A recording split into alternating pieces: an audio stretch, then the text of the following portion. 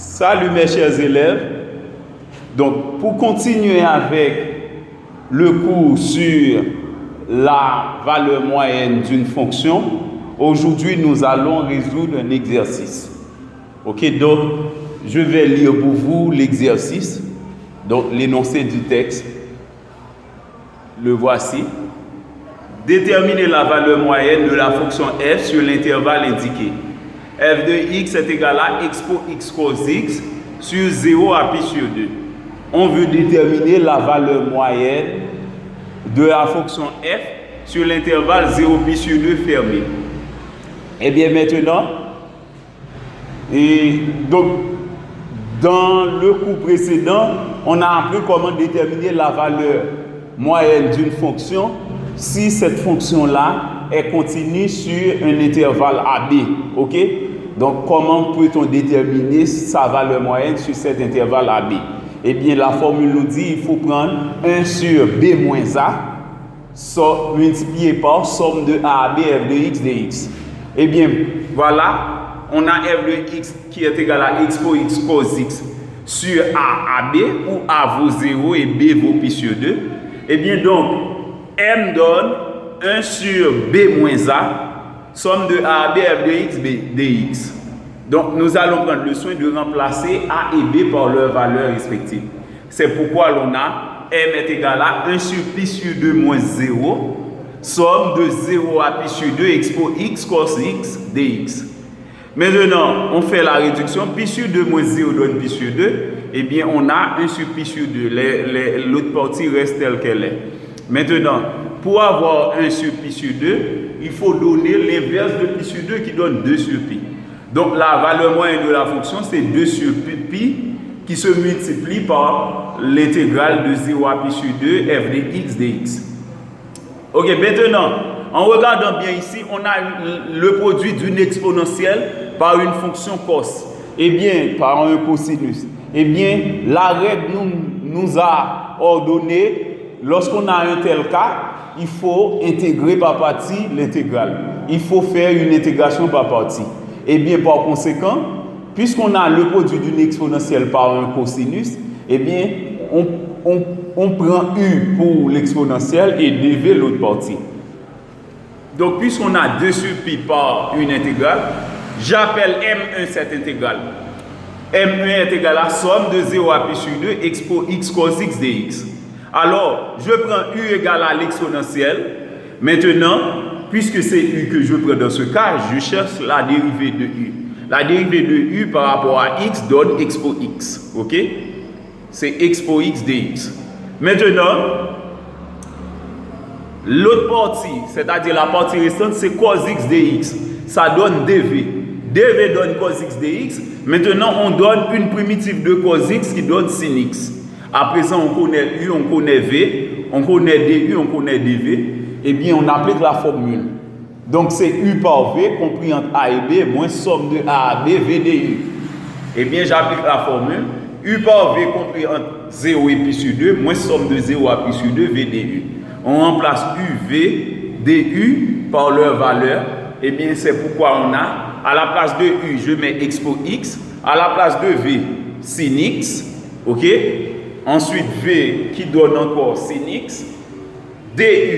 du n'est autre que x pour x dx. C'est pourquoi dans cette partie, on a sin x par x pour x dx. Maintenant,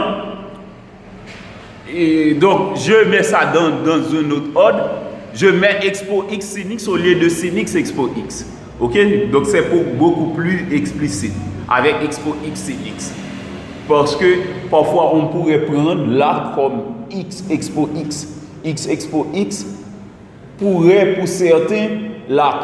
Mais si c'était l'arc effectivement qui était x pour x serait mis entre parenthèses. Donc c'est plus simple et plus explicite d'écrire x pour x sin x.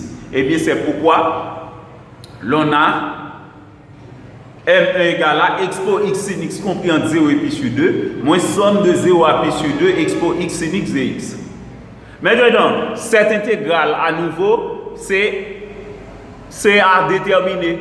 Et puisqu'on a à présent une exponentielle par un sinus, On doit à présent intégrer par partie à nouveau. Et bien par conséquent, j'appelle M2 cette intégrale. M2 c'est somme de 0 à pi sur 2 expo x sin x dx. U c'est l'exponentielle. Et bien maintenant, je cherche du par rapport à x qui donne expo x. Et maintenant, dv, la partie restante qui est sin x dx, je cherche une primitive de sin x qui donne moins cos x, suivant le tableau des primitives. Et maintenant, en appliquant la formule, on dit que M2 donne U par V compris entre 0 et pi sur 2, moins somme de 0 à pi sur 2, V du. On remplace V du par leurs valeurs respectives. C'est pourquoi on a U qui donne expo x par V qui est moins cos x, compris entre 0 et pi sur 2, moins somme de 0 à pi sur 2, V du. On remplace V par sa valeur et ensuite du par sa valeur. À présent, on fait le produit, ça donne moins expo x cos x, compris entre 0 et pi sur 2. Dans cette partie, j'applique la règle des signes moins par moins qui donne plus. Eh bien, l'intégrale devient somme 0 à pi sur 2 expo x cos x dx.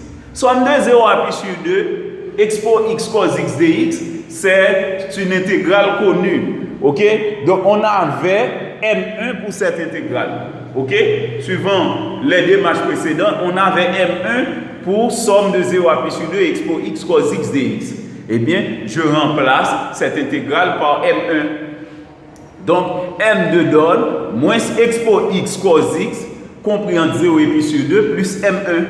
Maintenant, cette valeur de M2, je la remplace dans la première, dans l'intégrale M1. Donc, puisque c'est M1 qu'on calculait, ensuite on calcule M2, eh bien, je remplace M2 dans l'intégrale M1. L'intégrale M1, c'était expo x sin x somme de 0 à pi sur 2.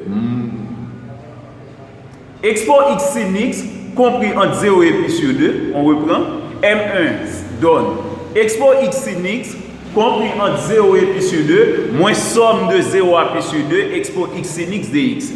Somme de 0 à pi sur 2 expo x sin x dx représentait M2.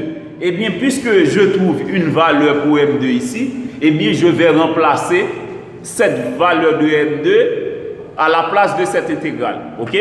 Eh bien, c'est cette intégrale-là qu'on calcule qui nous donne ce résultat. Eh bien, nous allons remplacer cette intégrale-là par sa valeur. Eh bien, par conséquent, on a alors M1 égale à, suivant M1, expo x sin x compris entre 0 et pi sur 2, moins la valeur de M2, ok? La valeur de M2 qui donne cette valeur-là. Eh bien, je mets ça entre parenthèses, puisqu'on a plusieurs termes. Maintenant, en suivant la distributivité de la multiplication, donc moins ici en facteur, c'est comme si on avait moins 1 en facteur, et bien je mets moins cette partie, moins M1. Ok? Je effectue la règle des signes. À présent, on a expo x sin x compris entre 0 et pi sur 2, et ensuite je fais entrer le signe moins à l'intérieur des parenthèses, et je mets ça d'un seul coup. Parce que c'est encore entre 0 et pi sur 2, eh bien, je peux mettre expo x sin x plus, en faisant la règle des signes, moins par moins, plus expo x cos x, compris entre 0 et pi sur 2. Ok, maintenant, moins M1, on devrait avoir moins M1 ici, mais puisque l'égalité c'est encore M1 et on a moins M1, je transpose moins M1 au premier membre, ça devient plus M1. C'est pourquoi l'on a M1 plus M1 est égal à expo x sin x plus expo x cos x compris entre 0 et pi sur 2. Dans cette partie, je remarque que expo x est commun à tous les deux termes. Je mets expo x en évidence. Ça donne 2M1 est égal à expo x, facteur de sin x plus cos x, compris entre 0 et pi sur 2. Maintenant, on tire M1. Si 2M1 donne ce résultat, eh bien, pour trouver M1, il suffit de diviser le résultat par 2. Et bien, c'est pourquoi je divise ce produit par 2 pour trouver M1. Ok? Le produit divisé par 2, compris entre 0 et pi sur 2, donne exactement la valeur de M1. Mais l'objectif de l'intégrale, ou bien du cours d'aujourd'hui, c'était de déterminer la valeur moyenne de la fonction f sur 0 à pi sur 2. Eh bien, cette valeur moyenne, c'était M qui était égal à 2 sur pi, qui se multiplie par l'intégrale que j'appelle M1. Eh bien, puisque je trouve la valeur de M1, eh bien, pour trouver la valeur moyenne exactement de la fonction f, je prends M égale à 2 sur pi qui se multiplie par M1. Ok, je remplace M1 par sa valeur. M1 qui représente la somme de 0 à pi sur 2, expo x cos x dx. Eh bien, cette valeur de M1, c'est expo x facteur de sin x plus cos x sur 2 compris entre 0 et pi sur 2. À présent, je fais le produit de 2 sur pi par cette expression. Eh bien, je simplifie par 2. 2 sur 2, ça donne 1. Eh bien, il me reste expo x facteur de sin x plus cos x entre parenthèses et qui se divise par pi. Ok? Eh bien, maintenant, cette valeur-là représente une primitive qui est comprise entre 0 et pi sur 2. Ok? Donc, la primitive, c'était une primitive de f, c'était cette partie, une primitive de f. Eh bien, cette primitive de f est donc multipliée par 2 sur pi qui donne ce résultat. Donc, ce résultat est donc compris entre 0 et pi sur 2. Eh bien, à présent, nous allons prendre le soin de trouver l'image de ce résultat, l'image de pi sur 2 par ce résultat, moins l'image de 0 par ce résultat. Ok? C'est une primitive également, mais ça c'est une primitive d'une autre fonction. Mais là, une primitive de f, c'est cette valeur, ok, qu'on avait trouvée pour M1. Ok? Maintenant, en multipliant ça par 2 sur pi, on trouve ce résultat qui est aussi une primitive, mais pas exactement une primitive de f. Ça, c'est une primitive d'une autre fonction quelconque. Ok? Eh bien, voilà. Pour l'image de pi sur 2 par ce résultat, on remplace tous les x par pi sur 2. Et moins, d'autre part, on fait l'image de 0 par ce résultat, en remplaçant x par 0. Ok? C'est pourquoi on a expo pi sur 2, facteur de sin pi sur 2 plus cos pi sur 2, entre parenthèses, divisé par pi, moins expo 0, facteur de sin 0 plus cos 0 sur pi. Ok, suivant le tableau qui résume les images des arcs remarquables par les fonctions séculaires usuelles, sin pi sur 2 donne 1. Je mets 1 à la place de sin pi sur 2. Cos pi sur 2 donne 0. Je mets 0 à la place de cos pi sur 2. Sin 0 donne 0. Je mets 0 à la place de sin 0. Cos 0 donne 1. Je mets 1 à la place de cos 0. Et bien par conséquent, on a 1 plus 0 qui donne 1 et 1 qui se multiplie par expo pi sur 2. Ça donne expo pi sur 2 à nouveau. Et je conserve le déno pi. 0 plus 1 donne 1, 1 se multiplie par 1, ça donne 1 à nouveau. On a alors moins 1 sur pi. D'où le résultat expo pi sur 2 moins 1 sur pi, qui est le résultat final de la valeur moyenne de f sur 0 pi sur 2 fermé. L'intervalle 0 pi sur 2 fermé. Donc c'était tout pour aujourd'hui. Si vous n'êtes pas encore abonné à mon channel YouTube, je vous prie de bien vouloir le faire. Et je vous prie également d'aimer la vidéo. Ok? Donc c'est ainsi que vous allez pouvoir m'encourager. Et je vous promets que le meilleur est à venir. Merci et bonne journée.